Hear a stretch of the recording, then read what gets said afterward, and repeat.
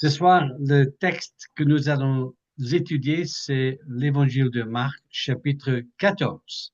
Je crois.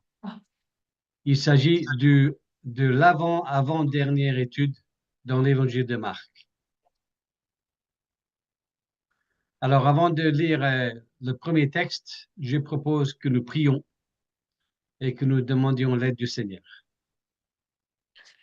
Père Céleste, nous te remercions de nous avoir réunis ce soir. Merci car nous avons soif de connaître ta parole. Nous avons envie de mieux connaître ton Fils et le salut que nous avons en lui. Merci de nous conduire ce soir, de parler à nos cœurs. Tu vois d'où nous venons. Tu vois ce que nous avons vécu aujourd'hui et ces derniers temps. Et nous nous mettons devant toi afin que tu puisses nous parler, nous exhorter, nous encourager, nous reprendre. Tu connais nos besoins et nous te louons pour cela. Nous te prions au nom de Jésus, notre Sauveur bien-aimé. Amen. Voilà, ce soir donc l'Évangile de Marc, chapitre 14. Et voilà un résumé de ce que nous allons voir ce soir, Dieu voulant. J'ai divisé ce chapitre en 4 parties. Versets 1 et 2, complot et crainte. Versets 3 à 11, critique et compliment. Verset 12 à, le chiffre est caché sur mon écran, 32, communion et confirmation. Et puis la dernière partie, versets 33 à 72, combat au pluriel et conseil au singulier. Nous allons lire en 3 temps les 3 premières parties et à la fin, nous allons juste résumer la partie combat et conseil, versets 33 à 72. Donc, si vous voulez bien, je vais lire les versets 1 et 2 de l'Évangile de Marc, chapitre 14. La fête de la Pâque et des pains sans levain devait avoir lieu 2 jours après. Les chefs des prêtres et les spécialistes de la loi cherchaient les moyens d'arrêter Jésus par ruse et de le faire mourir. Ils se disaient en effet que ce ne soit pas pendant la fête, afin qu'il n'y ait pas d'agitation parmi le peuple. Nous allons nous arrêter là dans un premier temps. Complot et crainte, versets 1 et 2. Ce que nous avons lu se passe 2 jours avant la Pâque. 2 jours avant la Pâque. Et la fête de la Pâque est mentionnée plusieurs fois dans les évangiles. Et c'est grâce aux mentions de la fête de la Pâque, surtout dans l'évangile de Jean, que nous pouvons dire avec certitude que le ministère de Jésus a duré un peu plus de 3 ans. Parce on parle à 3 reprises de 3 fêtes de la Pâque consécutives. Mais pendant cette fête, il y a un complot. Les chefs religieux, par tous les moyens possibles, cherchent à se débarrasser de Jésus. Mais ils avaient crainte, ils avaient peur, ils craignaient la réaction du peuple. Donc ils disent, il faut se débarrasser de Jésus, mais il ne faut pas le faire pendant la fête de la Pâque. Mais bien sûr, l'histoire et les évangiles nous disent que Jésus a été arrêté justement pendant la fête de la Pâque. Son ministère allait toucher à sa fin. Il allait être arrêté et nous allons en parler tout à l'heure. Complot et crainte. Donc, le complot des chefs religieux et la crainte des chefs religieux. Ils craignaient la réaction de la foule s'ils arrêtaient Jésus pendant la fête de la Pâque. Deuxième partie, critique et compliment. Verset 3 au verset 11. Je vais lire Matthieu 14, verset 3 à 11. Comme Jésus était à Béthanie, dans la maison de Simon le lépreux, une femme entra pendant qu'il se trouvait à table. Elle tenait un vase qui contenait un parfum de nard pur, très cher. Elle brisa le vase et versa le parfum sur la tête de Jésus. Quelques-uns exprimèrent leur indignation entre eux. À quoi bon gaspiller ce parfum? On aurait pu le vendre plus de 300 pièces d'argent et les donner aux pauvres. Et ils s'irritaient contre cette femme. Mais Jésus dit, laissez-la. Pourquoi lui faites-vous de la peine? Elle a fait une bonne action envers moi. En effet, vous avez toujours les pauvres avec vous et vous pouvez leur faire du bien quand vous le voulez. Mais vous ne mourrez pas toujours. Elle a fait ce qu'elle a pu. Elle a d'avance parfumé mon corps pour l'ensevelissement. Je vous le dis en vérité, partout où cette bonne nouvelle sera proclamée dans le monde entier, on racontera aussi en souvenir de cette femme ce qu'elle a fait. Judas l'Iscariote, l'un des 12, alla vers les chefs des prêtres afin de leur livrer Jésus. Ils se réjouirent en l'entendant et promirent de lui donner de l'argent. Quant à Judas, il se mit à chercher une occasion favorable pour le trahir. Critique et compliment dans ce texte. Il y a deux phrases très importantes qui sortent de la bouche de Jésus dans cette rencontre chez Simon le lépreux. Il y a d'abord une question. Il y a ensuite une déclaration. Jésus pose une question, ensuite il fait une déclaration. Alors d'abord, regardons la question posée par Jésus. C'est tout simple. Il dit à ses disciples, pourquoi faites-vous de la peine à cette femme? Elle a fait une bonne action envers moi. Cette femme, et on sait que selon Jean 12, il s'agit de Marie, la sœur de Marthe et la sœur de Lazare. Et d'ailleurs, Marie, presque chaque fois qu'on trouve Marie, la sœur de Marthe dans les évangiles, elle est au pied de Jésus. Dans Luc 10, elle est au pied de Jésus. Dans Jean 11, elle est au pied de Jésus. Dans Jean 12, elle est au pied de Jésus. Et ici, elle se met au pied de Jésus. Et rien que ça, c'est une leçon ou un principe en soi. Combien de fois par semaine est-ce que nous nous mettons au pied de notre Maître, au pied de notre Seigneur, le Seigneur Jésus? Marie vient donc et elle se met au pied de Jésus et elle fait quelque chose de beau, de coûteux et de symbolique. Et après avoir fait cela, elle se fait descendre. Elle se fait descendre et encore, selon le récit dans Jean 12, c'est surtout Judas l'Iscariote qui la critique et qui ose dire on aurait pu vendre ce parfum et donner l'argent aux pauvres. Mais Jean nous dit également que Judas était le trésorier des disciples et que Judas piquait l'argent dans la caisse commune des disciples. Donc Judas montre son vrai visage en tant que menteur et surtout hypocrite. En tout cas, cette femme, Marie, fait quelque chose de bien, de beau, de coûteux pour Jésus et elle s'est fait critiquer. Alors, la critique semble être le sport national dans certaines églises évangéliques en France. La critique, c'est tellement facile. Il est facile de critiquer quelqu'un. Et on dit d'ailleurs que certains chrétiens semblent avoir un doctorat de la critique. Ils aiment critiquer tout le monde et tout. Et on critique facilement ceux qui font quelque chose pour Dieu dans nos églises.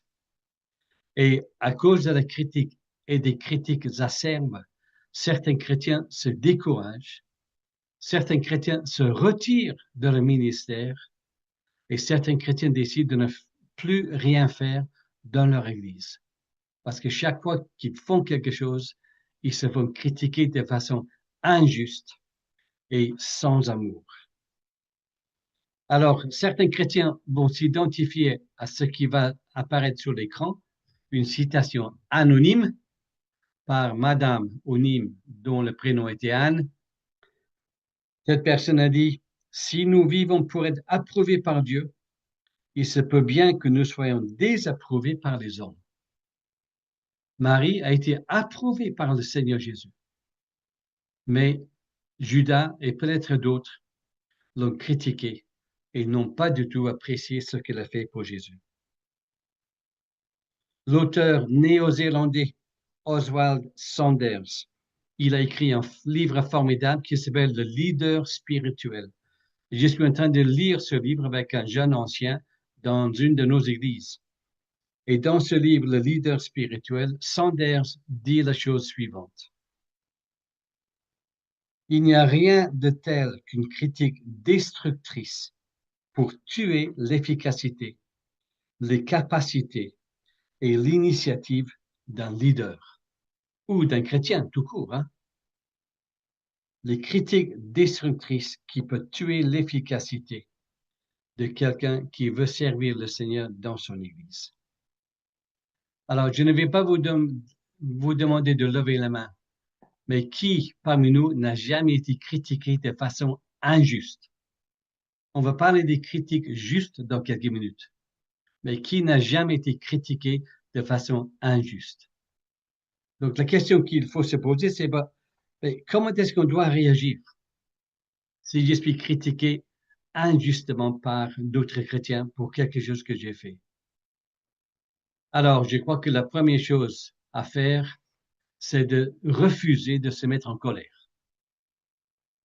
C'est facile de se mettre en colère, tout comme c'est facile de critiquer quelqu'un.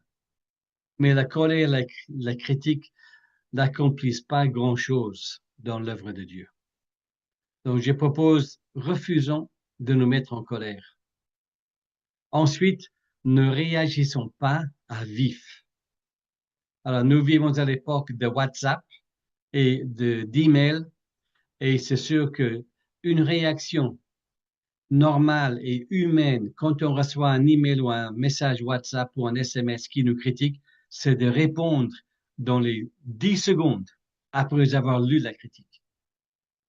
Mais il vaut toujours mieux ne pas réagir à vif. On dit souvent la nuit apporte ou porte conseil. Mais ne réagissons pas à vif quand nous sommes critiqués de façon injuste.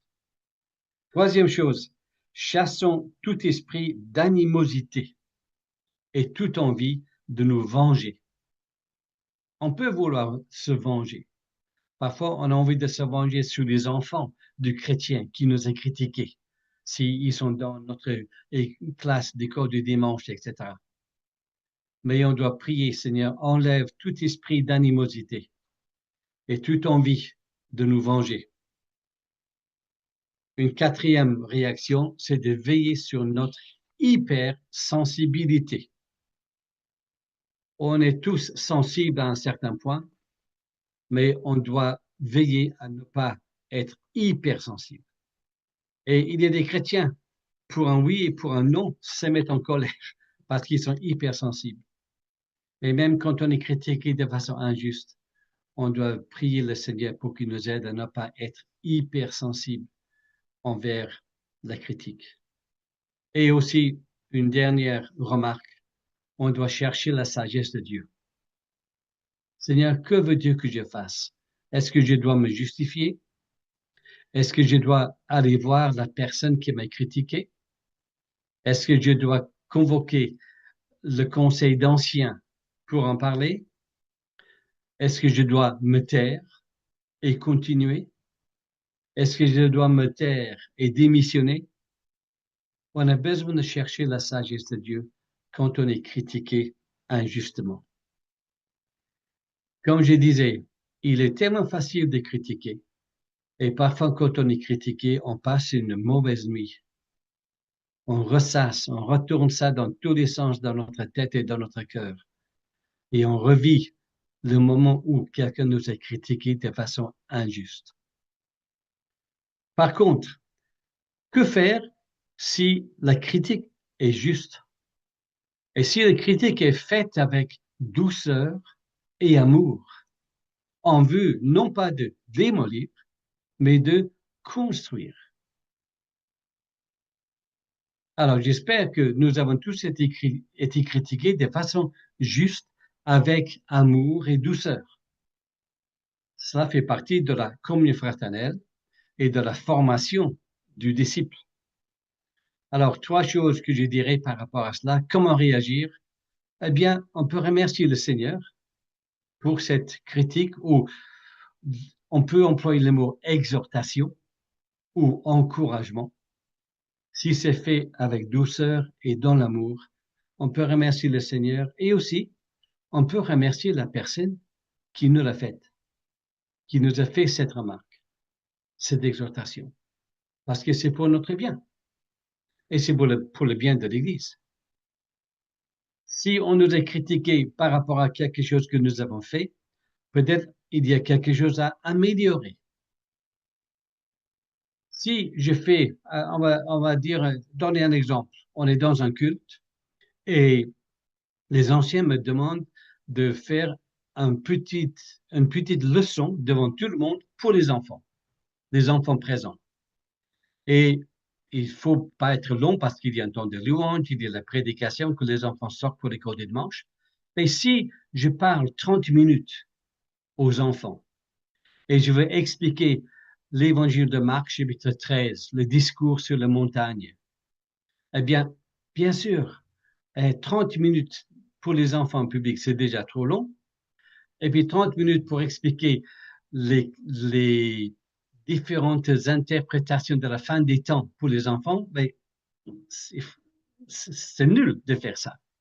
Donc, si je suis critiqué ou exhorté à faire autrement, mais il faut que j'écoute, oui, 30 minutes, c'est peut-être trop long. Merci Seigneur. Et puis oui, il faut que j'améliore ma façon de parler aux enfants. Il ne faut pas que j'emploie des termes théologiques. Il faut que je me mette à leur niveau. Donc, si on est critiqué de façon juste, avec douceur et amour, eh bien, remercions le Seigneur et cherchons à améliorer notre façon de faire. Et si on nous fait des remarques pour nous encourager à changer, eh bien, nous devons persévérer dans le ministère que Dieu nous a confié. Tout chrétien a été critiqué de façon injuste. Tout chrétien a été critiqué ou exhorté de façon juste, dans la douceur, avec amour, afin de nous construire. Alors, remercions le Seigneur pour ceux qui veulent nous construire et prions le Seigneur pour ceux qui semblent vouloir nous détruire, nous démolir, quelle que soit la raison derrière cela. Alors, je vais marquer une pause pour que vous puissiez réagir. Est-ce que vous avez été critiqué? Comment est-ce que vous avez réagi? Est-ce que vous avez eu envie de donner un coup de poing à la personne? Ça peut arriver. D'avoir envie. J'espère que ce n'est pas arrivé d'avoir fait. Mais comment est-ce que vous avez réagi? Et puis, est-ce qu'il y a d'autres façons de réagir? Moi, j'ai donné 5. J'ai une liste de 12 ou 13. Mais je vais juste limiter à 5 ce soir. Alors, je vous laisse dire quelque chose brièvement pour participer à cette discussion. Alors, c'est à qui la parole? Ouvrez votre micro, bien sûr, avant de parler.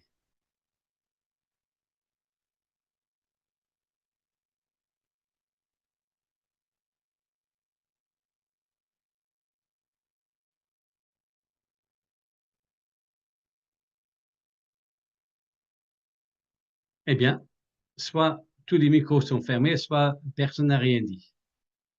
Mais en tout cas, moi, je parle de nous quand on nous critique, mais bien sûr, parfois, nous, on est tenté de critiquer quelqu'un. Et cette pauvre femme, dans un milieu, on va dire, masculin, elle a fait quelque chose pour le Seigneur. Elle était critiquée par les hommes présents et ce n'était pas très chic de leur part. Mais heureusement, Jésus, on peut dire, a pris sa défense. Est-ce que quelqu'un veut réagir avant que nous parlions de ce que Jésus a déclaré?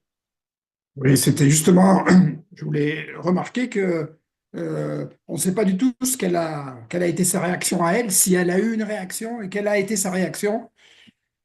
Mais Jésus a réagi et ça, c'est bienfaisant, pour elle en tout cas. Oui, oui, tout à fait.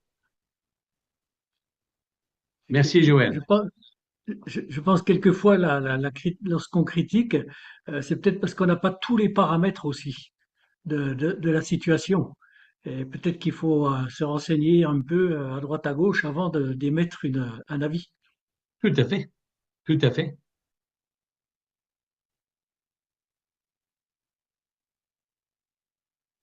Bon, je me souviens il y a des années, dans un autre contexte, au marché de la ville où on habite, le marchand de fruits et légumes habituel où on va n'était pas là, donc on est allé chez quelqu'un d'autre en face, et la dame avait une drôle de tête, et je me suis dit, oh là là, elle n'est vraiment pas commerçante. Et puis on a pris fruits et légumes, et puis on a commencé à discuter avec elle, et elle nous a expliqué que son mari était en fin de vie. Et puis là, on a compris, mais oui, c'est normal de ne pas être souriant, de ne pas être rempli de joie. Et puis cette femme, donc, on la revoit de temps en temps maintenant et elle est tout à fait normale. Et son mari est décédé il y a quelque temps, mais j'aurais pu la critiquer, mais en discutant avec elle, j'ai compris le contexte. Et là, c'est normal. Et, et c'est justement ce qui fait partie de la communion fraternelle. On discute et on connaît la personne en face et on comprend parfois la réaction de la personne en face. Une J'ai jeune trouvé que tu maman. étais très, Pardon? oui, j'ai trouvé que tu avais été très délicat en nous demandant, en posant cette question, qui n'a jamais été critiqué injustement? Et alors que moi, je m'attendais à la question, qui n'a jamais critiqué Oui, injustement? Là, je c'est me sens un peu repris. une bonne question. D'accord. Oui, mais tout à fait. On a tous été coupables de ça, c'est sûr. Alors, si vous voulez bien, on va aller un peu plus loin et on va penser à cette déclaration. Qu'est-ce que Jésus a dit au sujet de cette femme? Une petite phrase qui en dit long. Elle a fait ce qu'elle a pu. Jésus ne dit pas grand-chose de plus. Mais cette phrase est tellement, tellement importante en ce qui nous concerne. Dieu ne va jamais nous demander de faire quelque chose que nous ne pourrions pas faire. Il nous demande tout simplement de faire ce que nous pouvons faire. Dieu nous donne le pouvoir et le vouloir. Il nous donne des dons, des talents, et il nous demande de les utiliser, de les mettre au service de l'Église. 1 Pierre 4, versets 10 et 11. Cette femme a fait ce qu'elle a pu. Peut-être que ce n'était pas une grande oratrice. Et encore à l'époque, les femmes n'avaient pas grand-chose à dire en public. Mais elle a fait quelque chose, comme je disais, de beau, de coûteux et de symbolique. Et Jésus reconnaît cela et apprécie cela. Et Jésus fait une deuxième déclaration, si on veut, verset 9. Ce que cette femme a fait sera connu dans le monde entier. Alors nous sommes, rappelons-nous, dans un petit village, Béthanie, à quelques kilomètres de Jérusalem. Mais quand on pense rien qu'à l'évangile de Marc, qui a été traduit dans des centaines de langues, des milliers de langues, un évangile, des évangiles, partout dans le monde, quelqu'un qui lit l'évangile de Marc va lire cette histoire. Donc l'annonce de Jésus, c'est une annonce prophétique et qui se réalise même aujourd'hui. Donc, quelqu'un dans une tribu au milieu du Nigeria qui n'a jamais vu l'évangile, qui lit l'évangile de Marc ce soir, va lire au sujet de cette femme et va comprendre, mais oui, elle a fait ce qu'elle a pu et Jésus a dit que tout le monde, dans le monde entier, va connaître cette histoire. Elle a fait ce qu'elle a pu. Je ne sais pas si vous avez entendu parler de cette femme, Fanny J.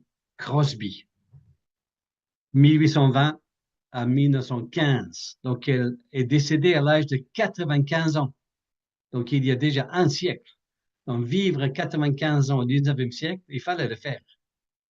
Et sur la pierre tombale de cette femme, il est écrit, en anglais bien sûr, parce qu'elle était américaine, elle a fait ce qu'elle a pu. Intéressant, hein? Elle a fait ce qu'elle a pu. Cette inscription est gravée sur sa pierre tombale. Alors, pour raconter l'histoire de Fanny Crosby, après une erreur médicale à l'âge de 6 semaines, elle est devenue aveugle. Des années plus tard, une fois convertie, elle a dit dans son autobiographie, « Si je pouvais rencontrer le médecin aujourd'hui qui a fait cette erreur, je lui dirais merci. Merci de vous être trompé et de m'avoir rendu aveugle. » Intéressant, hein? Elle aurait pu réagir autrement, mais elle était convaincue, une fois adulte, une fois convertie, que Dieu avait permis cet accident. Et comme elle dit, afin que je n'ai aucune distraction dans ma vie. Avant sa conversion, à l'âge de 30 ans, Fanny avait déjà écrit plusieurs livres de poésie. Hein? Quand j'ai dit écrit, bien sûr, vous imaginez, elle a dicté et puis quelqu'un a écrit à sa place. Lorsqu'elle s'est convertie, elle a décrit sa conversion comme si une lumière céleste avait envahi son âme. Elle n'avait jamais vu de lumière. Mais la conversion était comme une lumière céleste. Elle s'est mariée avec un musicien et ils ont eu un seul enfant. Mais malheureusement, cet enfant est mort-né. Malgré tant d'épreuves, Fanny a composé des chants qui glorifient Dieu. Elle a écrit son premier cantique à 84 ans et avant son décès, 51 ans plus tard, elle avait écrit à peu près 8000 cantiques pour louer Dieu. Certains cantiques, nous les chantons en français dans nos églises. À Dieu soit la gloire pour son grand amour. Gloire à Dieu, gloire à Dieu. Et l'autre chant, j'ai l'assurance de mon salut. Ces deux chants sont déjà dans le premier tome de J'aime l'Éternel. Et bien sûr, à Dieu soit la gloire et j'ai l'assurance de mon salut sont dans d'autres livres de cantiques.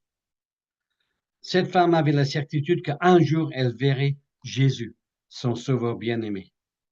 Elle en parle dans plusieurs de ses cantiques. Dans un chant, elle écrit « Un jour je le verrai face à face, moi qui suis un pécheur sauvé par la grâce. » Malgré tant de souffrances et tant d'injustices subies, Fanny Crosby aimait le Seigneur. Et je veux vous encourager que malgré toutes les injustices et toutes les souffrances que vous pouvez connaître, vous pouvez faire confiance au Seigneur Jésus, sachant que malgré tout, il vous aime et il sait pourquoi nous passons par telle ou telle épreuve, par telle ou telle justice. Et quelles que soient les injustices que nous connaissons, je vous encourage à faire ce que vous pouvez pour Dieu. Dieu ne va pas nous demander de prêcher devant 10 000 personnes ou de traduire la Bible en une langue dans les 6 mois qui viennent. Mais il va nous demander de faire ce dont il nous a équipés, ce pourquoi il nous a équipés. Et il veut nous aider à faire ce que nous pouvons faire. Et ce que nous pouvons faire, eh bien, nous devons le faire.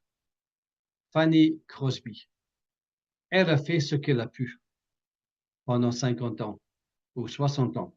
Elle s'est convertie à 30 ans, elle est décédée à 95 ans. Marie a fait ce qu'elle a pu. Et Dieu nous demande de faire ce que nous pouvons faire. Et il nous donnera le pouvoir et le vouloir. Nous allons nous arrêter là pour une petite pause avant d'entamer la prochaine partie qui s'appelle confirmation, communion et confirmation. Est-ce que quelqu'un aimerait réagir? Est-ce que quelqu'un aimerait donner un court témoignage à ce sujet-là?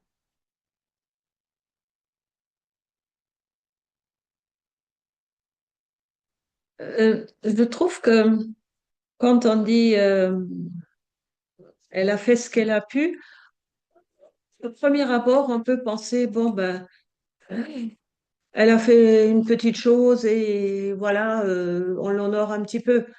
Mais quand on réfléchit ce qu'elle a fait, elle a certainement dépensé tout son argent Oui, pour, et elle a rendu témoignage, comme tu disais, en tant que femme, dans un monde d'hommes, sans honte, sans retenue. C'est mm, énorme. mm, Si on transpose ça à notre vie aujourd'hui, ce serait énorme. oui, c'est bien le mot énorme. Oui. C'est énorme. Et c'était une petite chose, mais une chose énorme.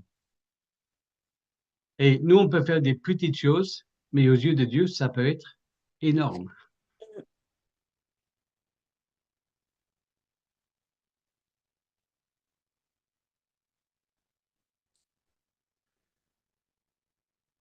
Bien, on va passer à l'étape suivante, communion et confirmation, versets 12 à 32. Et là, il est question de la Sainte Seine. Je vais lire à partir du verset 12. Marc 14, verset 12.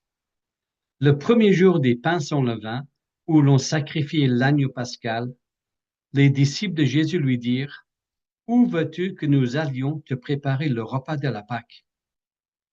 Il envoya 2 de ses disciples et leur dit, allez à la ville, vous rencontrerez un homme qui porte une cruche d'eau. Suivez-le. Là où il entrera, dites au propriétaire de la maison, le maître dit, où est la salle où je mangerai la Pâque avec mes disciples? Alors il vous montrera une grande chambre à l'étage, aménagée et toute prête.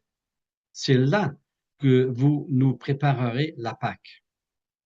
Ses disciples partirent, arrivèrent à la ville et trouvèrent tout comme il leur avait dit, et ils préparèrent la Pâque. Le soir venu, il s'y rendit avec les 12.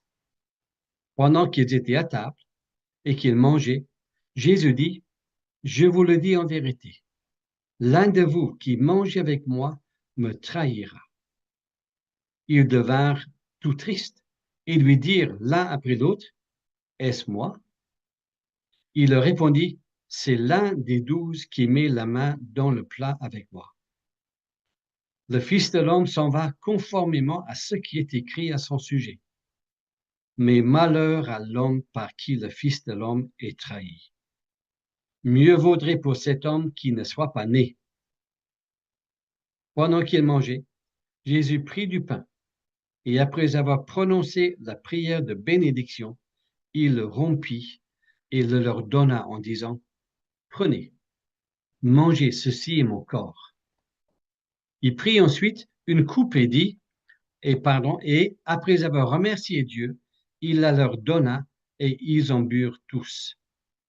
Il leur dit, ceci est mon sang, le sang de la nouvelle alliance qui est versé pour beaucoup.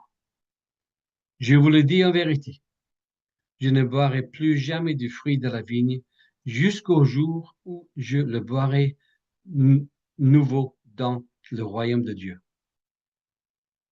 Après avoir chanté des psaumes, ils se rendirent au mont des Oliviers. Jésus leur dit, vous trébucherez tous cette nuit à cause de moi, car il est écrit, je frapperai le berger et les brebis seront dispersées. Mais après ma résurrection, je vous précéderai en Galilée. Pierre lui dit, même si tous trébuchent, ce ne sera pas mon cas.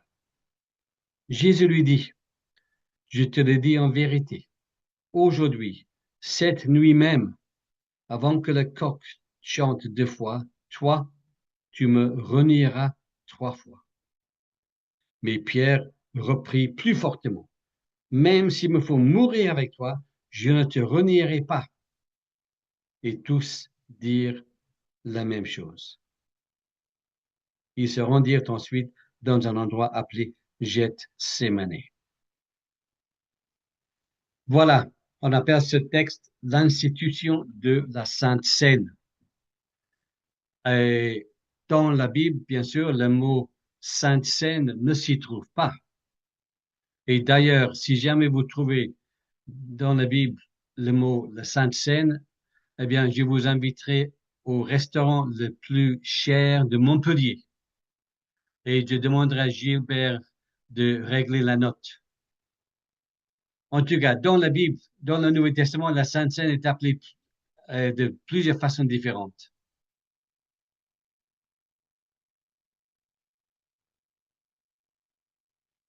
On l'appelle la fraction du pain, acte 2, 46, et aussi acte 20, verset 7.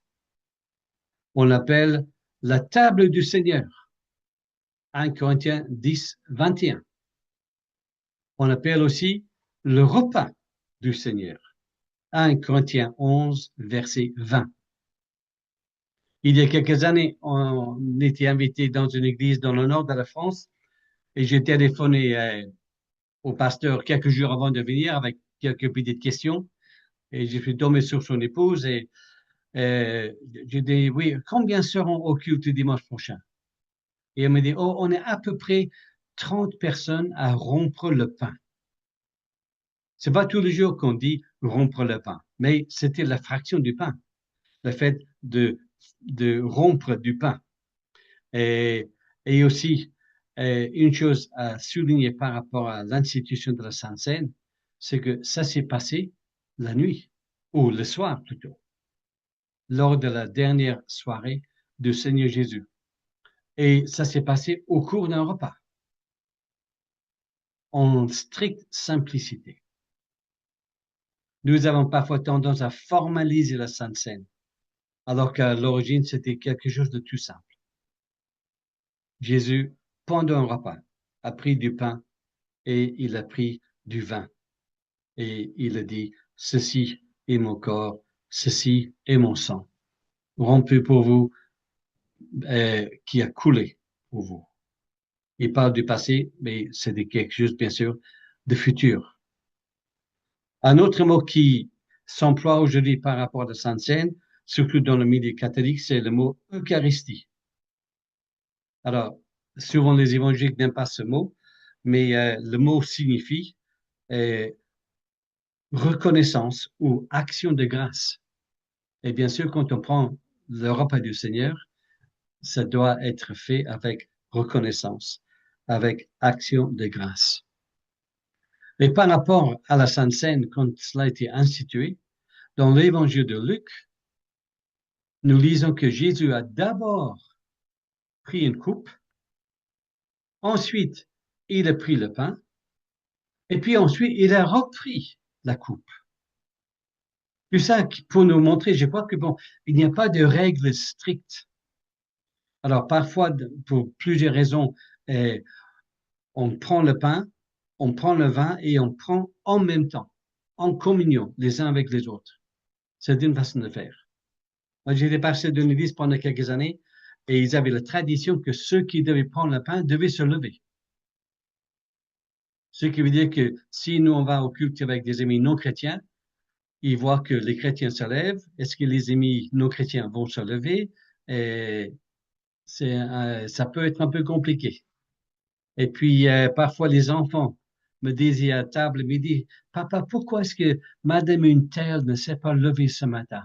Parce que normalement, elle se lève. Est-ce qu'elle a un péché dans sa vie? Est-ce qu'elle est fâchée avec quelqu'un dans l'église? Et bien sûr, on ne peut pas répondre à ces questions-là à un enfant, mais ça se voyait si quelqu'un ne prenait pas la scène pour une raison quelconque. En tout cas, la Sainte Seine est un repas symbolique que Jésus a institué. Dans certaines églises, avant la Sainte Seine, on lit systématiquement ce texte dans Marc, ou le texte parallèle dans Matthieu ou dans Luc, ou le texte dans 1 Corinthiens 11. Alors, c'est bien de lire ces textes parfois. Tous les dimanches, bon, ça peut devenir un rituel, une habitude, et puis ceux qui viennent tous les dimanches n'écoutent plus. Parce qu'on se dit, bon, je connais ce texte et puis tous les dimanches, c'est pareil.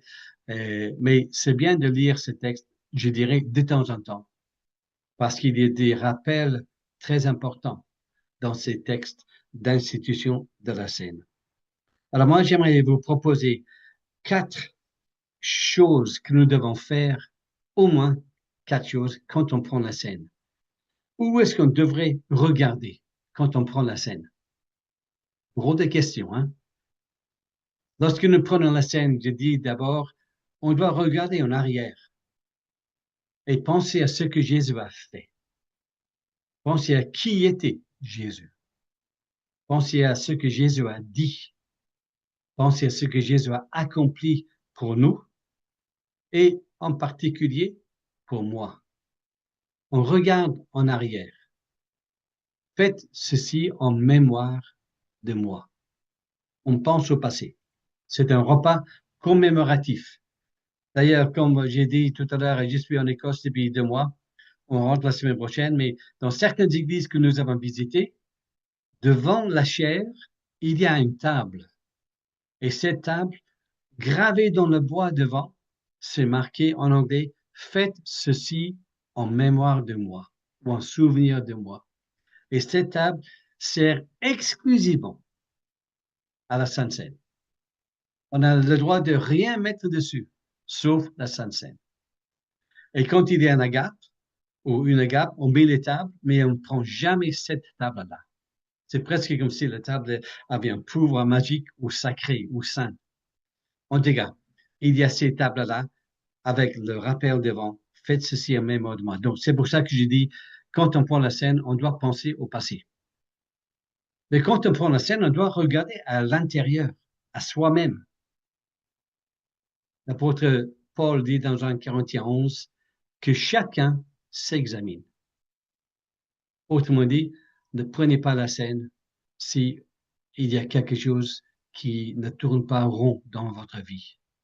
Ne prenez pas la scène si il y a un péché ou si vous êtes fâché avec la personne à côté de vous, ou si vous vous êtes disputé avec votre époux ou votre épouse dans la voiture avant de venir au culte.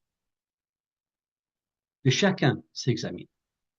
Et parfois, un chrétien qui est fidèle et bon et dévoué laisse passer la scène pour telle ou telle raison. Peut-être préoccupé par un examen médical ou par un examen à l'université le lendemain matin.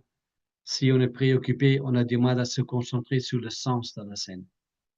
Troisièmement, on peut regarder autour de soi, non pas pour voir comment les autres sont habillés ou comment les autres se tiennent pendant la scène, mais juste pour dire, mais Seigneur, on est dans la même famille. On est dans ta famille. Et ça, c'est le miracle de la grâce. Tu nous as sauvés, tu nous as réunis, et ce matin, on est un tout petit groupe, mais on fait partie d'une famille universelle, mondiale. Regardez en arrière, à l'intérieur de soi, autour de soi, et aussi, selon ce texte, regardez en avant. Jésus a dit, faites ceci en mémoire de moi jusqu'à ce que je revienne. On pense rarement à l'avenir quand on prend la scène, mais je pense que ça fait du bien. Et un jour, on n'aura plus besoin de la Sainte Seine. Parce que ce jour-là, nous serons auprès du Seigneur. Donc, un repas sympathique, simple, mais un repas symbolique. Il s'agit d'une métaphore plutôt que d'une métamorphose. Le pain ne devient pas le corps de Jésus. Le vin ne devient pas le sang de Jésus. Jésus était là. Quand il a dit, ceci est mon corps, les disciples voyaient son corps. Et ils savaient que ce n'était pas son corps. C'était juste un morceau de pain. Ils avaient déjà pioché dans cette baguette ou dans ce morceau de pain avant. Ils allaient manger aussi après. Un repas symbolique. Donc, un repas de communion avec le Seigneur Jésus. Et comme je disais tout à l'heure, j'ai ajouté le mot confirmation. Jésus confirme qu'il va mourir. Il le fait à plusieurs reprises, dans plusieurs chapitres de Marc, notamment Marc 8, Marc 9, Marc 10. Mais Jésus confirme qu'il va ressusciter. Et à la fin de ce texte qu'on vient de lire, il prévient Pierre que Pierre va le renier. Et bien sûr, Pierre a dit quelque chose que nous on dit souvent. Il dit jamais, jamais Seigneur. Mais il faut jamais dire jamais, comme on dit. Jamais Seigneur, je ferai ça. Et vous savez, Pierre, comme nous tous, on a des pieds d'argile. Et on doit se méfier, non pas de nos pieds, mais de notre cœur et de notre bouche. Jésus a bien dit, et Pierre, il est tombé dans le piège. Alors, on va aller plus loin. Est-ce que vous avez des réactions? Est-ce qu'il y a d'autres? Est-ce qu'on doit regarder dans d'autres directions quand on prend la Sainte Seine? Je vous laisse la parole quelques instants.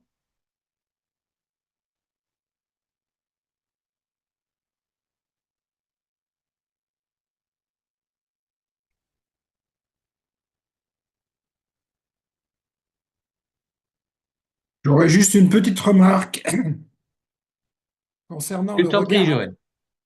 concernant le regard à l'intérieur. Que chacun s'examine. Alors, je suis d'accord avec toi, avec la lecture que tu en fais, mais il me semble quand même que la suite du verset, c'est que chacun s'examine et qu'il prenne. Ça veut dire qu'après,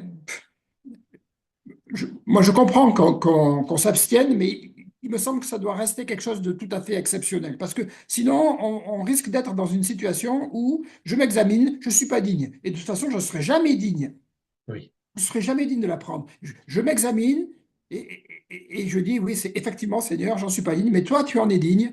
Et si je prends ce repas, c'est bien parce que tu as payé peut-être ce fardeau que j'ai sur moi, cette peine ou quoi. Alors, bien évidemment que ça m'est arrivé hein, comment dire, de m'abstenir, quoi, hein, parce que j'étais pas bien. Mais il me semble que ça doit rester vraiment quelque chose d'exceptionnel, quoi. Bien sûr qu'il y a un examen à avoir, mais euh, voilà, tu vois ce que je veux dire? C'est oui. pas. Ouais. Ouais, je suis tout à fait d'accord avec ça, tout à fait. Je donne ça comme exemple, mais c'est sûr que si on s'abstient chaque semaine, bon, on a peut-être un problème plus profond. Ou si on s'abstient très souvent, tout à fait.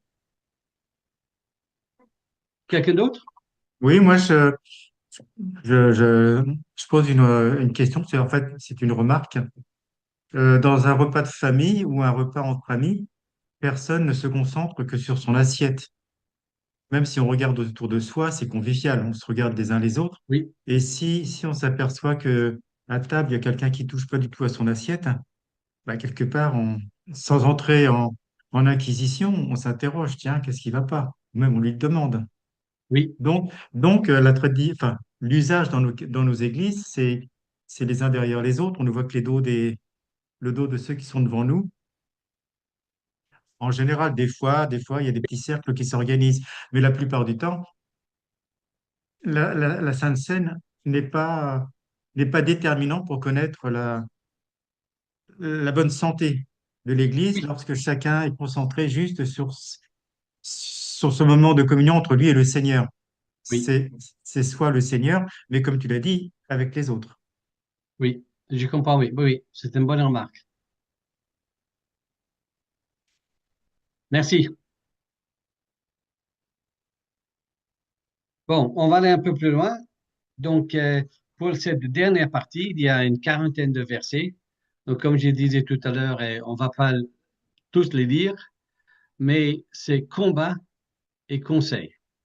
Verset 33 au verset 72. Et il y a plusieurs combats dans ce texte. Le combat de Jésus contre Satan, qui ne veut pas qu'il aille de l'avant. Le combat des disciples contre le sommeil. Ils sont fatigués. Il se fait tard. Et au lieu de prier, ils préfèrent faire dodo. Et encore, qui va jeter la pierre? Et puis le combat de Pierre contre la peur. Il tremble devant une jeune femme. Lui qui était très sanguin, on va dire. Mais il est peureux. Et à tel point qu'il dit, jamais j'ai connu Jésus. sachant que quelques heures auparavant, il avait dit, jamais je vais te renier. Donc, il y a aussi le conseil des Juifs, et on va en parler dans quelques minutes. Alors, si on revient donc au combat de Jésus contre le sommeil, pardon, contre Satan, si on lit le verset 36, je vais juste me lever pour mettre la lumière.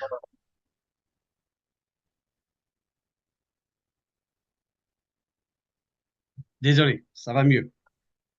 Le verset 36 ici, Marc 14, nous lisons, Jésus dit, Abba Père, tout est possible. Éloignez de moi cette coupe. Toutefois, non pas ce que je veux, mais ce que tu veux. Jésus, dans sa prière, se soumet entièrement à son Père et il montre la bonne attitude dans la prière. Non pas ce que je veux, mais ce que tu veux, Père. Abba, Père. La bonne attitude quand nous prions, c'est de reprendre le vieux chant, que ma volonté se plie à la tienne par la foi. Se soumettre au Père dans la prière. Satan veut l'éloigner, mais Jésus veut rester fidèle à son Père. Et nous allons avoir des combats semblables. La tentation, les influences, les distractions. Nous devons prier, Seigneur, aide-moi à rester fidèle envers toi. Le combat des disciples contre le sommeil. Bien sûr, verset 38, il est écrit, Jésus dit, restez vigilants et priez pour ne pas céder à la tentation. Rien que ce verset mérite une prédication de 35 à 45 minutes. Restez vigilants et priez pour ne pas céder à la tentation. Chaque mot là vaut une prédication. En tout cas, voilà, les disciples étaient fatigués. Ce n'est pas un péché de faire dodo. Mais quand Jésus nous demande de prier, alors là, on a intérêt à lui obéir. Et les disciples, après 3 allers-retours de la part de Jésus, ils ont compris qu'ils étaient un peu à côté de la plaque. Ils devaient prier et être vigilants pour vaincre le tentateur. Et c'est pareil pour nous.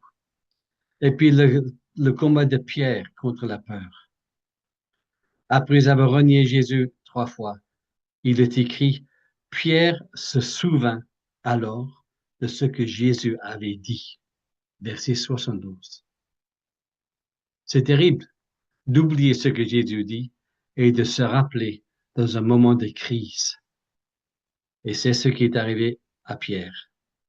Dans l'évangile de Matthieu, il y a une petite phrase qui suit, il pleura amèrement.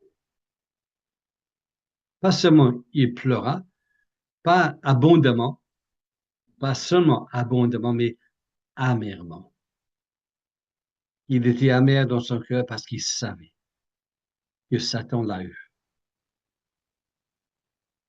On réagit bizarrement parfois quand on a peur. Il y a une petite phrase au verset 54 qui, à mon sens, n'est pas une phrase banale. Marc 14, 54. Pierre suivit Jésus de loin. Intéressant, hein? Est-ce que nous suivons Jésus de loin ou de près? Dans l'évangile de Jean, on lit une phrase un peu semblable au sujet de Judas. Pendant la Sainte Seine, Judas sort pour trahir Jésus et il est écrit Judas sortit, point, il faisait nuit. C'était la nuit, il faisait nuit. Mais je pense que dans l'âme de Judas, il faisait nuit. C'était tout noir parce qu'il avait décidé de trahir Jésus. Alors, pour revenir à Pierre, est-ce que nous suivons Jésus de près ou de loin? Ou parfois de près ou parfois de loin? Je ne réponds pas à cette question, bien sûr. Et puis, il y a le conseil. Le conseil était composé de plusieurs personnes et de groupes de personnes. Il n'y avait bien sûr pas de séparation entre l'Église et l'État. La loi française de 1905 n'était pas encore arrivée à Jérusalem. Il y avait le grand prêtre dans ce conseil. Ou à vrai dire, il y avait deux grands prêtres. Il y avait Anne. Il y a deux personnes dans la Bible. Trois personnes dans la Bible s'appellent Anne. Deux femmes et un homme. Anne, ça s'écrit de la même manière. Anne qui était à la retraite et son beau-fils Caïphe. Il y avait les chefs des prêtres, les scribes, les pharisiens. C'était à la fois, ce conseil était à la fois le conseil municipal, le conseil régional, le conseil constitutionnel, la Cour suprême, la Cour d'appel, la Cour d'assises et la Cour de cassation. Le total, quoi. C'est eux qui décidaient ce qu'il fallait décider. Et puis, ainsi débute une véritable partie de ping-pong, dont on parlera la prochaine fois un peu plus au chapitre 15. Jésus est tantôt chez les chefs religieux, tantôt chez Pilate, tantôt devant la foule, tantôt chez le roi Hérode, qui est en visite, entre guillemets, par hasard à Jérusalem à ce moment-là. Il y a les faux témoins qui mentent, il y a les faux témoins qui se contredisent, il y a toutes sortes de fausses accusations qui ne tiennent pas debout, il y a mensonges, moquerie, violence physique, torture, une véritable parodie de justice. Et qu'est-ce que Jésus fait? Comment Jésus réagit-il? Verset 61. Mais Jésus gardait le silence. Oh, c'est fort. Est-ce que ce n'est pas une faute de frappe? Jésus gardait le silence. Il aurait pu faire venir des milliers d'anges pour exterminer tous ces gens autour de lui. Il aurait pu faire un tremblement de terre pour démolir tous ces bâtiments magnifiques. Il aurait pu se justifier par A plus B plus C, mais non, il garde le silence. Et encore, tout comme Marie est un exemple pour nous, elle a fait ce qu'elle a pu. Jésus est un exemple pour nous. On ne sera jamais critiqué, torturé, violenté comme Jésus l'a été à ce moment-là. Mais souvent, on a du mal à garder le silence. Mais dans certains cas, on doit se taire et confier notre présent et notre futur au gardien de notre âme. Et Dieu s'en occupera à sa manière. Jésus a gardé le silence et il a fait ça parce qu'il nous aimait, vous et moi.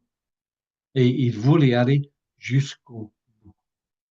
Son heure venait d'arriver. Dans l'évangile de Jean, à plusieurs reprises, nous disons, son heure n'était pas encore venue. Et au début de Jean 13, dans la chambre haute, nous disons, son heure étant venue. Jésus a lavé les pieds de ses disciples. Son heure allait venir. Et vous verrez ça avec Jean-Marc, je crois bien, dans 2 semaines ou 3 semaines avec les ponts. La date a déjà été fixée. Mais tout ceci pour nous rappeler quel sauveur merveilleux nous possédons. Il s'est sacrifié pour moi. Sa vie innocente, il a cédé pour mourir sur l'infâme bois. On y a pensé déjà ces derniers jours avec la mort, avec la résurrection. Et on peut se dire, mais Seigneur, merci. Tu es un sauveur merveilleux. Et je suis un pécheur, mais tu m'aimes et tu es mort pour moi. Alléluia.